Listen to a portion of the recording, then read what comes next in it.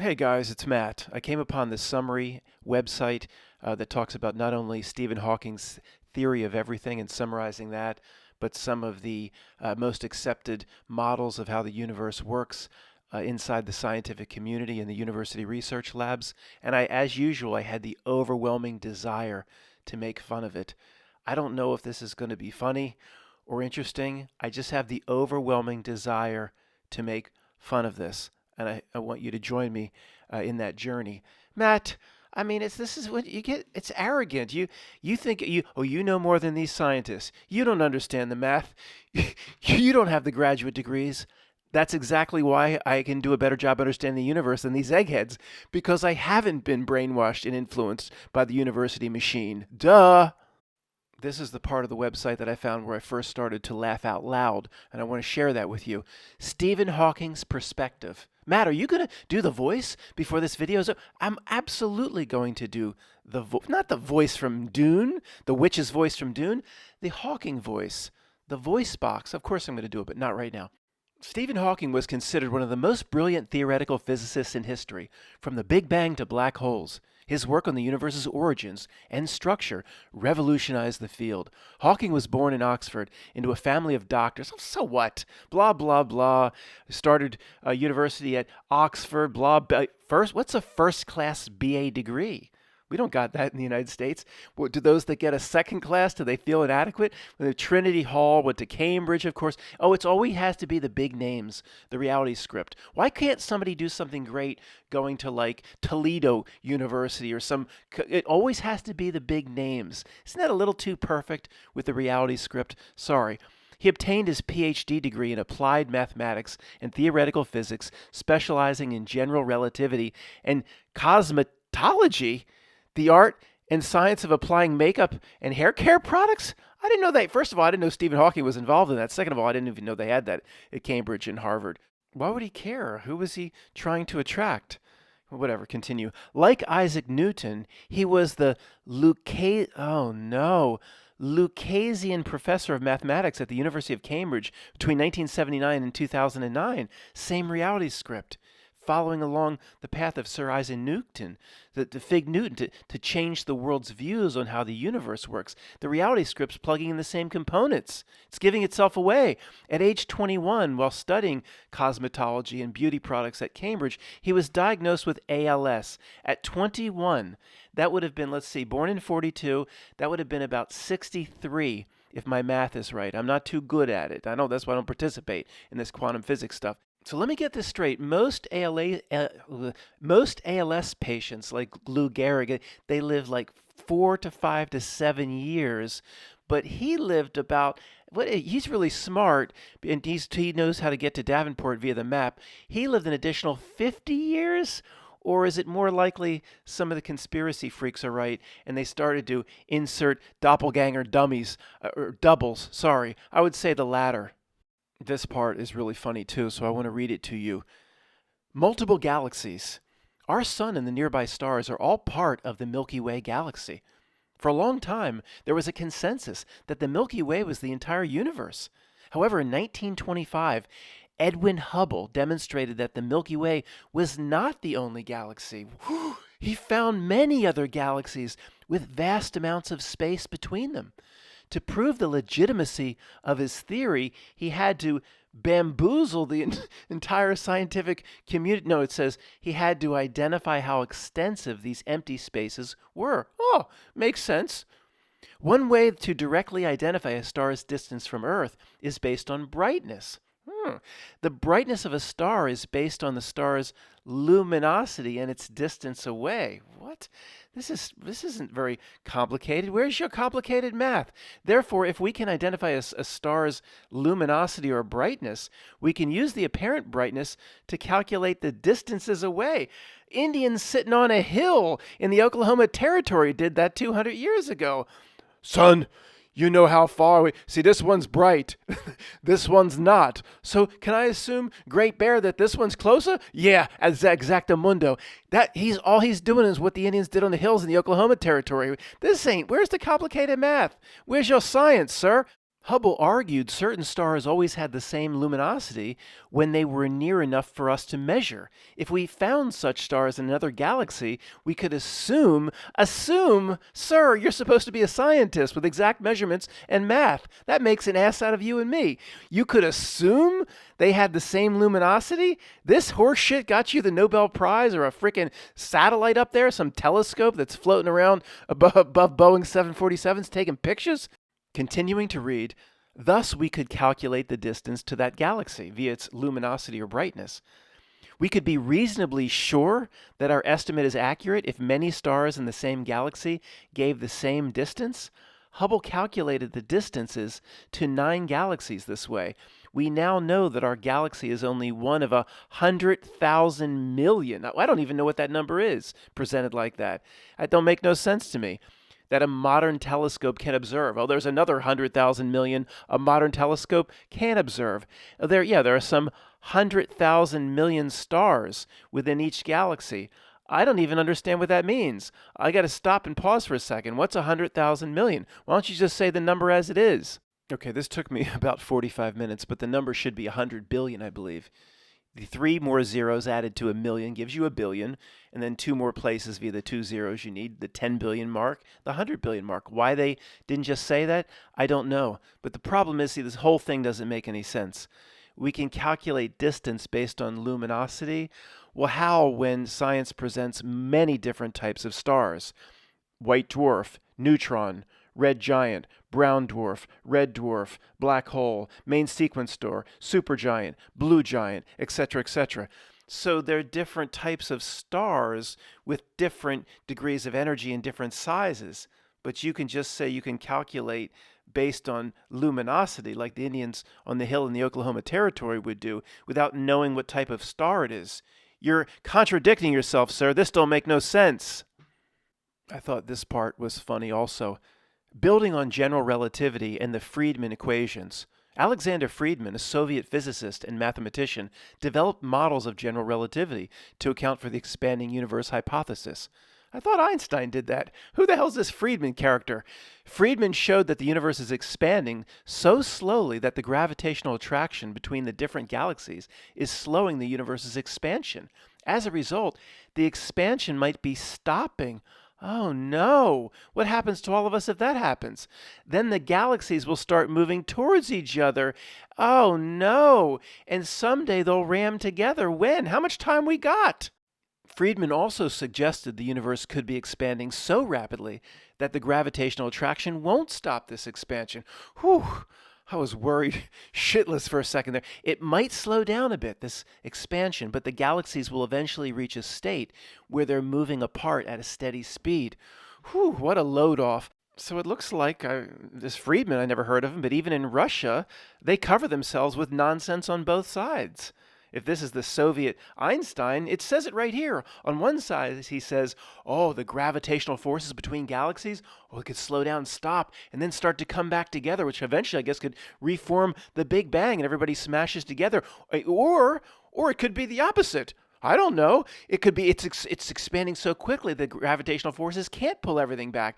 Aren't you paid to know, sir, and at least have a theory? He's like, well, I don't know. It could be one of the two. It's like radio in the damn diner with Coach Jones. Coach Jones. I want both. He just puts both out and gets his bullshit Nobel Prize. Well, I'll just say anything's possible. Where's my prize? Okay, this is good news. It looks like he finally made a choice. It says here, finally. Finally, Friedmann offered a solution whereby the universe is expanding just fast enough to avoid contraction. With this solution, the speed at which the galaxies move apart will get smaller, it'll slow down, but it'll never reach zero, never start to contract again. Oh, I see. But it will eventually reach a stage where the movement is virtually zero. Oh yeah, he's really smart. 22 mile to Davenport. It says finally here. I didn't write this in. Finally, Friedmann offered a solution. How long did he just try to get away with presenting both? Both Coach Jones, both somebody from the Politburo walk into this. Oh, there's a letter here from Marco. Marco Ramius, a letter. He's defecting in the Red October. So he said, Friedmann, this is the Politburo. You know what? You can't just put your both options out. You can't get both the ice cream and the freaking pie with Coach Jones. You got to pick one, even if you're wrong. Okay, you're making me look bad here in the Politburo. You got 1 week to pick one of your stupid theories, and then stick with it. I thought that this page was particularly funny, so I want to read it and share it with you. The Big Bang. The Friedman solutions state that the distance between the neighboring galaxies must have been zero between 10 and 20,000 million years ago. Again, I don't understand that number. Why don't you just say billions or trillions? Put your hands out.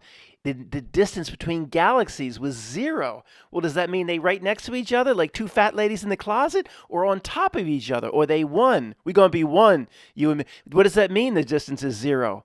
See, that you need to be clear, Friedman. You should be ashamed of yourself. 20,000 million years ago. Who measured that number? How you know that?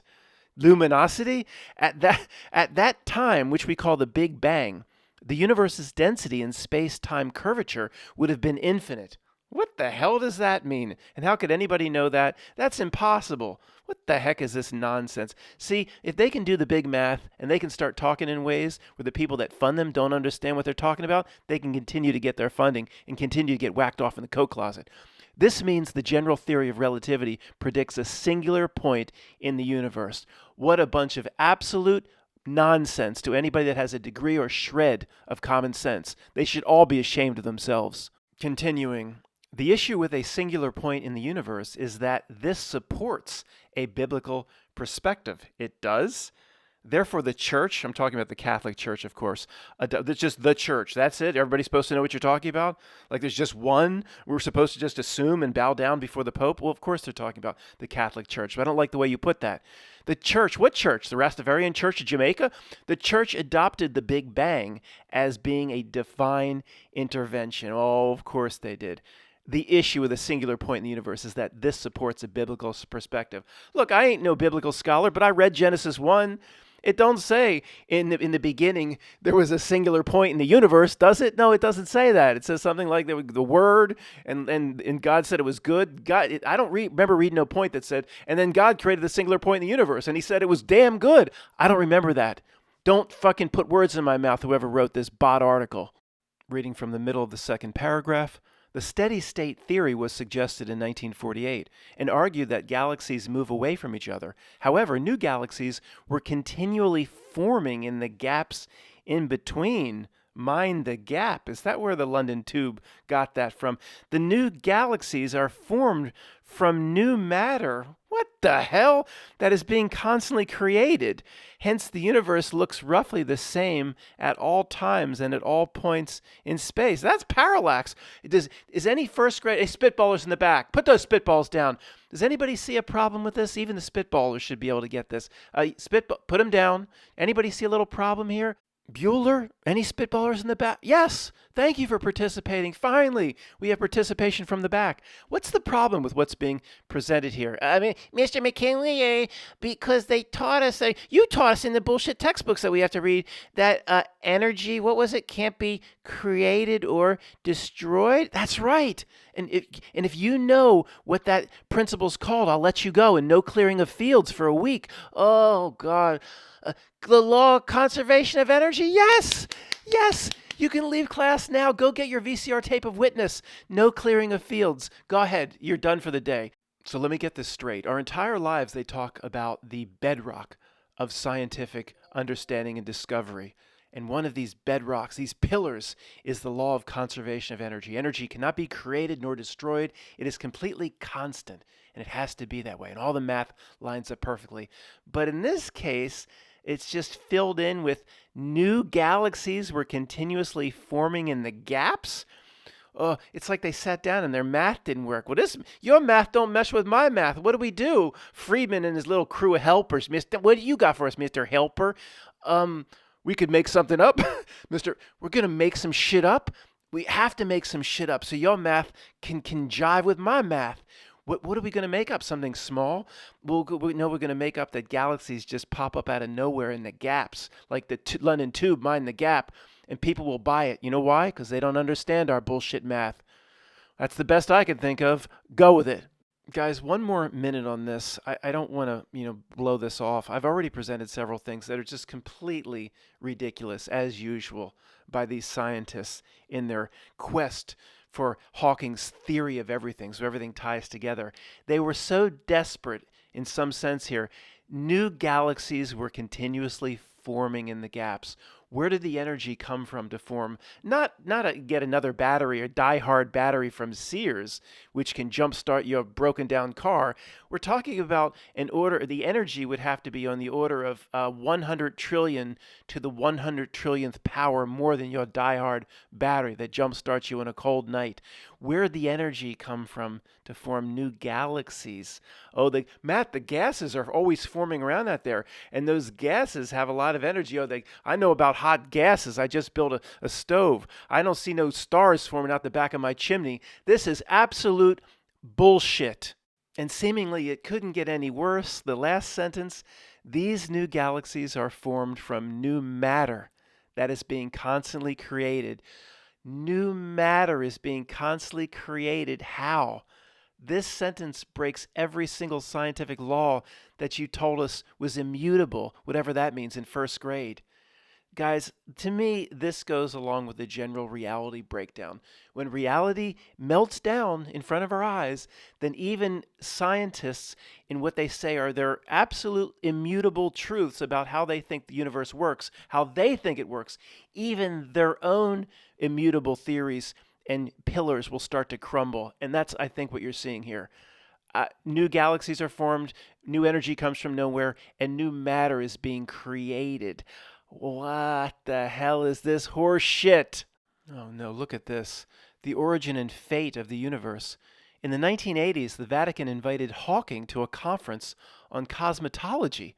The Catholic Church had learned from its silencing of Galileo that they should not prevent scientific discovery. What?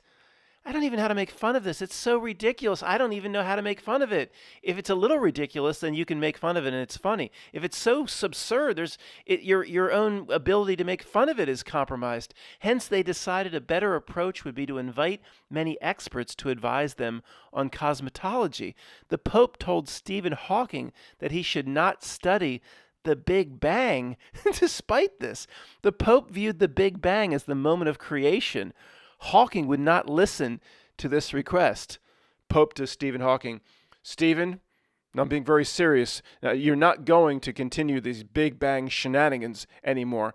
But I thought you just said that you consider it the moment of creation. Well, we are considering now the moment of creation. Then what's the fucking problem? The problem is we're forced into this position, Stephen. We don't want to consider it the moment of creation because you sons of bitches keep meddling and keep getting these sheeple, these people on the street, to believe your side of things instead of our side of things. When we actually both work for Naughton-Ilk, we don't even realize we're both working for the same negative influence here, but we don't even realize it. But see, the Pope wouldn't say that because he's just a puppet too of Naughton-Ilk. Stephen, we don't want you dabbling in this stuff anymore. I don't give a fuck what you say. Next page, the hot Big Bang model. I have no idea what it says in the bullet points, but this got my attention. It's kind of sexy. I mean, is there anybody out there listening to the words coming out of my mouth that might want to go into like say a chat room online and we could talk together tomorrow night about the hot Big Bang model? Sorry. The model assumes that Friedman's model describes the universe. The universe is expanding. We know that. Reducing the temperature of matter and radiation. Temperature is a measure of the average energy of particles. Yeah. We learned in second grade. Hence, at high temperatures, the particles move so fast that they're not attracted to each other. Yet, as they cool, the particles start clumping. The Big Bang was when the universe had no size, meaning it must have been infinitely hot. So you're really smart. This whole gigantic universe, it would take me like entire lifetime to walk from here to California, but that's just 1/100th million, 100th millionth, 100th millionth of this solar system, which is 1/100 million, 100 million. But it was all together. It was one. We're going to be one. Whether it had no size, but then it was hot as shit. Well, if it had no size, how is it hot? Don't ask us to explain that, Mr. McKinley. We can't. We put it in our textbooks and people buy them. As the universe expanded, the temperatures of the radiation would have decreased. Despite this, the Big Bang would have occurred at about 10,000 million degrees. There's that number again. Let's just say a trillion. This is the temperature of H-bomb explosions. What? So for this thought exercise, we're going to assume both of these things are actually real. So you have to comment, first grade shooters. Oh, that's not real. Yeah, I know. This is not my first conspiracy video. But we're going to assume both of these things are real.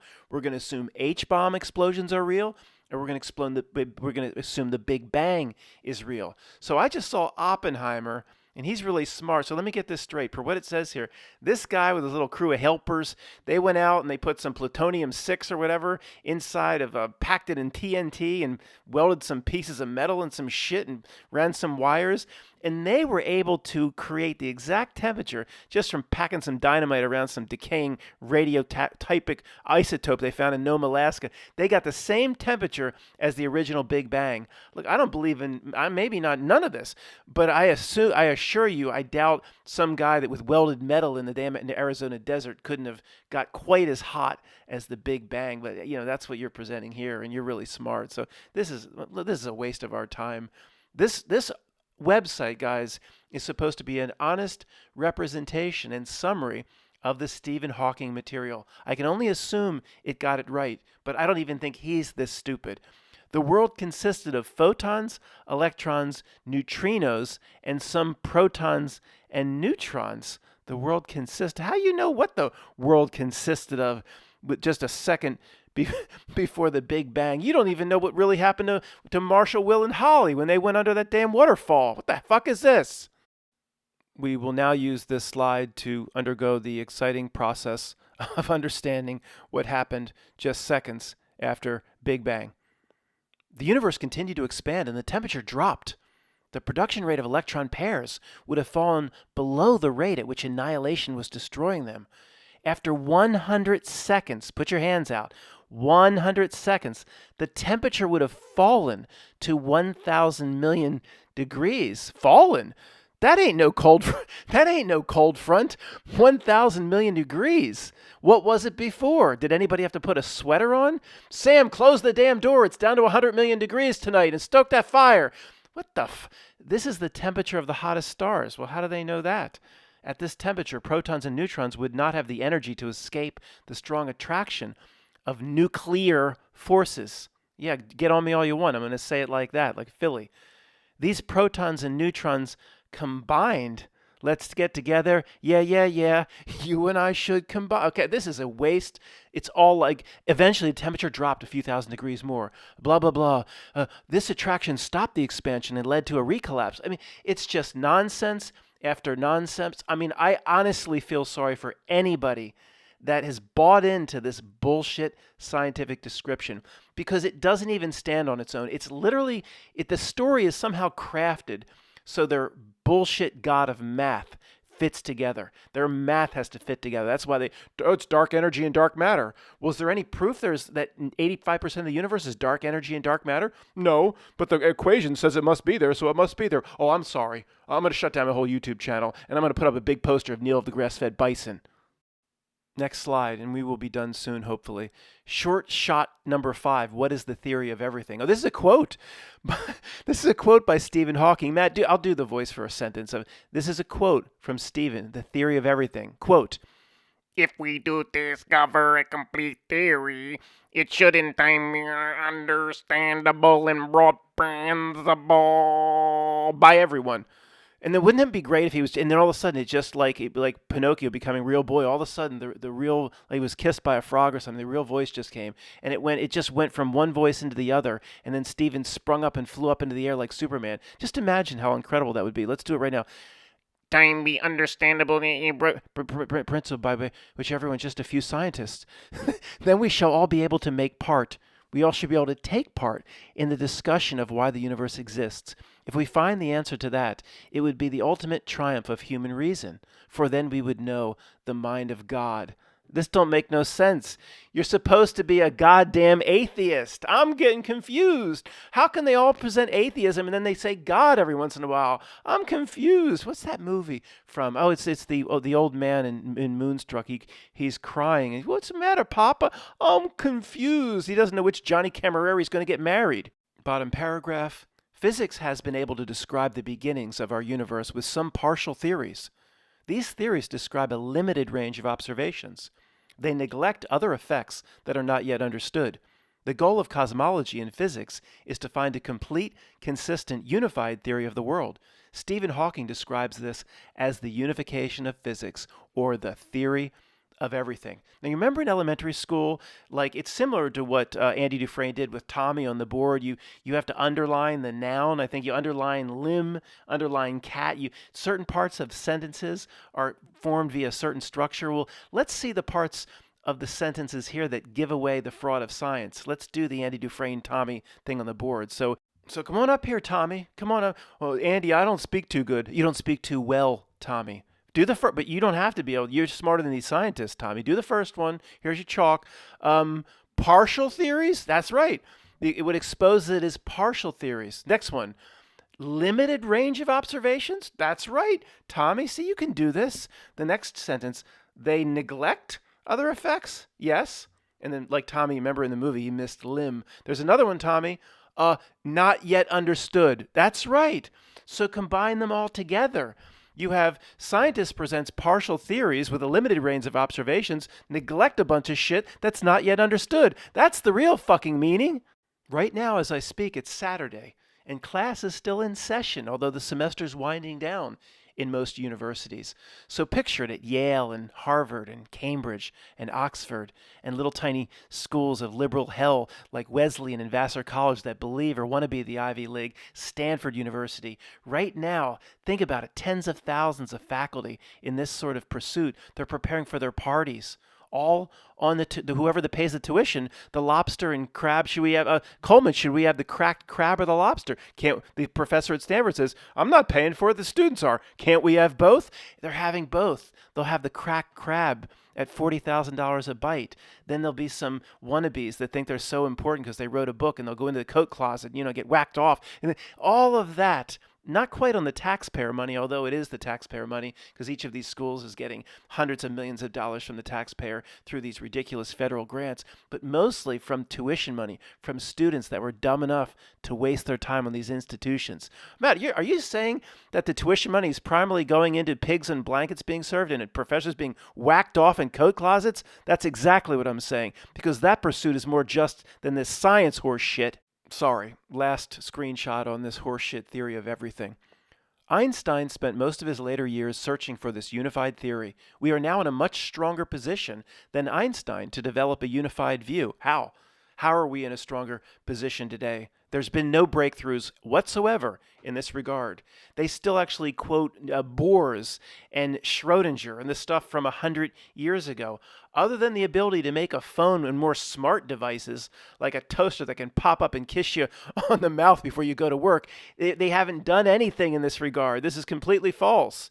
Stephen Hawking is cautiously optimistic that we will discover the ultimate laws of nature. He is confident. Why are you talking about him in the present? How old is this article? He is confident that we will find a complete unified theory one day if we are smart enough. No, Stephen, in looking for it, you're completely fooled. I'll address that in a moment. This unified theory is not an ultimate theory. Instead, we have an infinite sequence of theories that each describe the universe with more accuracy. Our current views on quantum physics have set us up to uncover the full secrets of the universe. No, it hasn't. It's actually embedded you further and further into the trick. Stephen Hawking's book is a great starting point for understanding how the universe works and the importance of stars within it. Guys, I think this website literally is like a chat GPT-2 bot that reads the entire book and summarizes it the best it can. So it's going to be off a tiny bit, but generally, most of what I read is what Stephen Hawking puts forth per the summary of this bot that attempted to do it. So the way this website is set up, it closes with its own bot rating.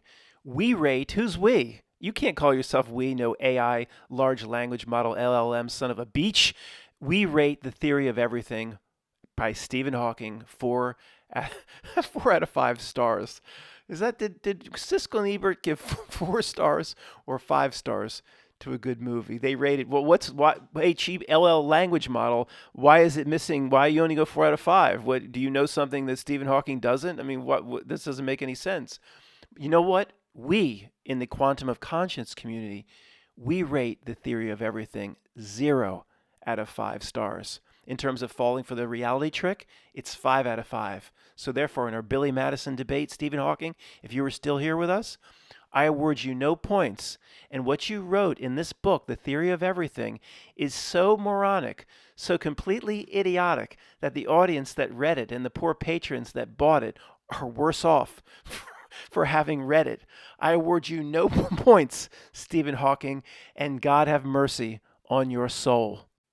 Caption: Richard Feynman's post-Nobel lecture at CERN, 1965. Oh no.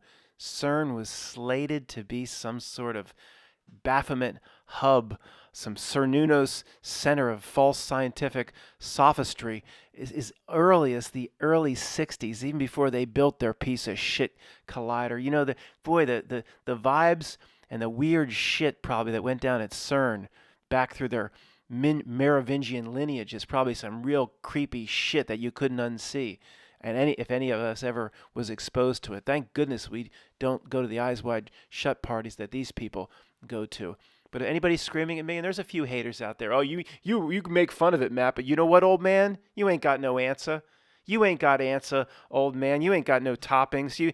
I do, actually. I do have answer. I say this all the time. I don't believe I'm more intelligent than these people. Richard Feynman is hundreds of times more intelligent than me. But unfortunately, the way this world and reality operates, intelligence oftentimes is a direct correlation with falling for the reality trick. Sometimes, if you lack intelligence and have wisdom, you can see through the reality trick. These people, these scientists, are falling for the reality trick more than any other group. Has nothing to do with intelligence. Actually, it does. Their intelligence traps them inside the trick. You guys know I pick on Richard Feynman every 5, 6, or 7 months. It's not fair. He's not here to defend himself. And I like him. I do like his personality. But it's just Richard Feynman, he represents the scientific community. And certain things he said and put forth, it's gospel. He's like a god to some physicists in the scientific community. And one of the main things, or the main phrase that ever came from Richard Feynman that was just adopted as a rule, a hard, fast rule in this reality, is if it disagrees with experiment, the way he said it, he paused, it's wrong. If it disagrees with it, it could be fancy, he said, funny, it can be slick, colorful. If it disagrees with experiment, though, it's wrong. Actually, the way this reality works is exactly the opposite. And, I've done this before, guys, but this is really, if anybody's new, there's nothing more useful in understanding how this reality works than in a simple little exercise like this. If it agrees with experiment, it's wrong in terms of the real truth. So they're experimenting on the trick. All these scientific experiments, even if it wasn't a gigantic trick, I believe the presentation of everything in this reality to one degree or another is a trick. So if anybody's new, what galaxies are, Matt, or what they say a pulsar is, or things out in space, a trick, yes. I don't believe you can get into a little tuna can and fire up your liquid fuel and go see anything or go out there and do it. It's all, to me, part of a trick. Not even what's right in front of you. Nothing is very solid. It appears to be solid. The entire reality is a trick. This is where these scientists, I don't think they would, even though they'd be 10 times smarter than me in a debate, I don't think they would get anywhere because you can use their own observations and rules and laws and tenets against them, like we just did with the law of conservation of energy. You can say, Richard, all these things out in space, they're all real, right? Oh, yeah. But the quantum physicists and the double slit experiment, everything you bow down to, even what's in front of us. Schrodinger's cat, it's not real right in front of us, but it's all real out there, and you're doing your experiments on a cosmos, but then others of you that you believe in say everything right around us isn't real, so how could it be real out there? There's no consistency. Everything here is the rule of opposites. If it agrees with experiment, then Richard would say, well, this is how we can use whatever we just discovered as a basis for giving, we'll give it over to Stephen Hawking and he can further expand on his theory of everything. No, if what you just experimented on gives you information, it's what it wants you to believe about how this reality and universe works via its trick. You have fallen for its trick. Everything here is opposite. So we just change it. If it agrees with experiment, it's wrong. Well, that opens a lot of doors up, but basically what you get down to is, and we didn't even talk about the fact that who's doing the experimenting?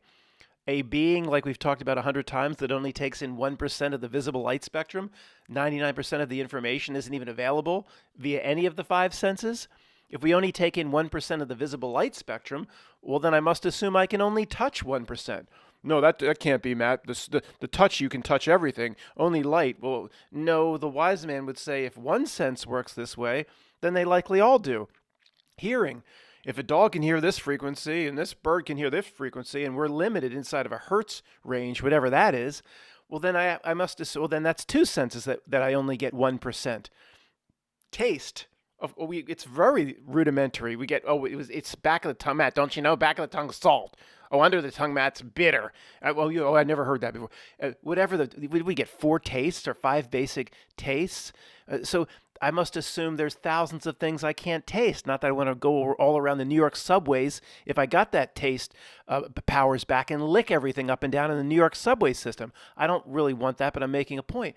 Therefore, obviously, I can only touch 1%. You could just extrapolate the truth, if that's even a real word, extrapolate. If I can only touch 1%, then that means there's beings in other dimensions, astral, and things I can't touch and experience.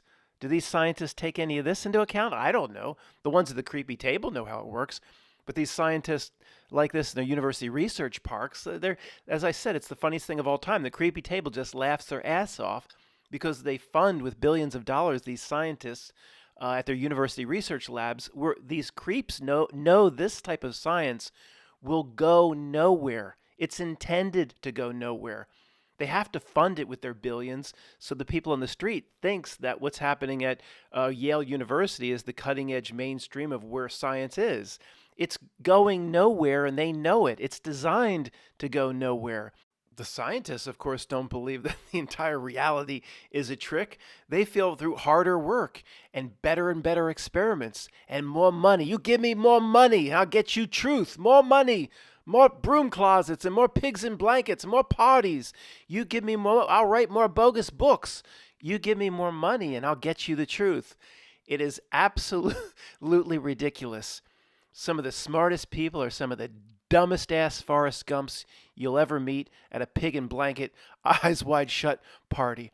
They believe that they're getting close when all they're doing is, like, what did Jesse the body say in Predator? I'm just dug in like an Alabama tick. All they're doing is digging themselves in like an Alabama tick, further and further into the trick itself. Into the tick? Into the trick, Richard. So science, as alluded to earlier, has their bedrock truths or their pillars that hold up their belief system, which is because everything's breaking down, like we just looked at, is starting to break down, like the law of conservation of energy, and probably a lot of them are breaking down, or at least they're being inconsistent in their presentation. When they told us, oh gosh, anybody over 40 remembers in elementary school, junior high, middle school, high school, these things are absolutely rock solid of how the universe works. They'll never be changed. There's no other there's no ability to interpret them in any other way, and then they're all kind of being my bad, like clueless, my bad, like they're all being like, oh, we need to adjust this a little bit. Galaxies are forming in the space between. Oh, okay, we'll just put that little law of conservation of energy aside, pretend it doesn't exist for 5 minutes, then my math equation works. Well, we in this crazy lifeboat truth trying to get away from the ship of fools, we have our own bedrock of truth and our own foundations. And one of the main foundations of where we're coming from in the lifeboat is the rule of opposites. I don't think it's ever been broken. Can somebody present me an example at some point where the rule of opposites has been broken? Meaning at the highest levels, authority or science or whatever says about how the world works, when you investigate it, or at least somebody That's a real spiritual being that's in tune with what we call common sense and inner knowing and gut instinct. The opposite turns out to be true. Maybe not always 180 degrees exact opposite, but mostly around the other side. Therefore, if Richard and his scientists tell me that in order to move forward in gaining up tidbits about collective truth and objective reality, you have to do experiments, and whatever you do in terms of your final conclusions have to agree with the experiment. The rule of opposites, then you want to know how the reality works, just take the opposite. If you do the experiments and the experiments about the universe tell you this is how it works, then you know that's how it doesn't work. You might not be exactly the opposite of that, but at least you know that your experiment is trying to lead you further into the trick. That's how the reality works.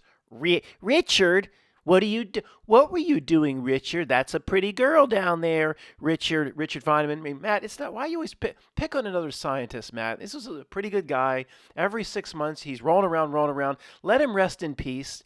He's probably already haunting parts of the MIT campus because you're talking about. He's haunting parts of CERN along with the weasel because you keep talking about him. You're right. This guy seemed like a pretty good guy. I need to pick on other scientists because there's a lot of them out there. And other than Stephen Hawking, he's probably haunting something too because I keep talking about him. It's not fair to Stephen. It's not fair to Richard. Richard, what were you doing? That's a big, what does he say? Fat guy in a little coat. Richard, sorry, Richard. I will not. But you, the one that brought this, if it disagrees with experiment, it's wrong. And there's no better reality exercise for the spitballers to understand how the world really works than to take apart this little slogan of yours. So I'm sorry. So yeah, old man got answer. In terms of what we're talking about here, specifically using experiment, in this case scientific, to determine objective truth about reality, then if you take the opposite, as usual. Well, that can't be right, Matt. Abandon all experiment? Yes, of course. Abandon all experiment that then feeds bogus information into the senses. Abandon the parts of you that are mostly closely associated with the trick of this world. Ego. What is your inner knowing? Jerry Maguire. What does your heart tell you? It was from Truth Drops in Movies. Inner knowing, gut feeling, heart, inner tuning fork. That's where the truth comes from, not anything that comes through the idiot ego mind and the senses. That's ridiculous. Now, this artistic expression from Bill is a bit strange, but it's perfect for what we're talking about here. I was looking through Bill's posters, and again, I don't know how many here I haven't even showed you. I said, what kind of, I don't know, what represents just in general the strange nature of the trick? And I don't know, we'll pull this one. I'm sure he's got many that represent the strange nature of the trick. Kingdom for shit, it says, that don't exist. But the one thing I see, we all get what great art means, we all interpret it differently, right? My interpretation of this is people in authority trying to legitimize, that's not even a word, legitimize, maybe it is, maybe it isn't. They try to legitimize ridiculous nonsense. That's what this reality is all about. And this poster kind of expresses that. News media, news anchors, scientists, politicians, to legitimize and make a serious presentation out of the absolute nonsense, which is the base level of this reality. We're starting to see it as nonsense. That's the way it should be seen. That's when you start to overcome it and move past it and move beyond it. You see it as nonsense. What do our friends and family do? They take it very seriously. SERIOUS. Not, they might take it SIRIUSly as well. And I don't know how many of my friends and family bow down to their astrology. I don't think many. And most people in our family just think the astrology is that's just some bullshit they put at the back of the old newspaper that tells you what a Virgo does. They trivialize it. They run the world from it. So then they trivialize it in the back of the newspaper and they put it in places so nobody takes it seriously. That's how these creeps work. When they actually use it to run the world the way, or push the world into places where they want it to go. Now, I don't think, I know a lot of you are interested in astrology, and that's fine. I mean, they use it to make their moves. There's no doubt about it. But do we need it? Do real spiritual beings need it? It's fun to is it predictive? It's associated and linked to this reality.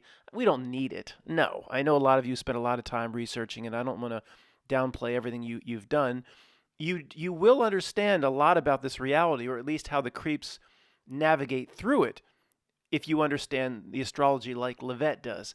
But do we need it to do the work, the worry about yourself? As we don't need to understand a bit of it. We don't, as you know what I'll say. We don't need to understand one bit of one esoteric tome to do the work. We could do the work if we were stuck on an island by ourselves with Tom Hanks, Wilson, the volleyball. Thanks for listening.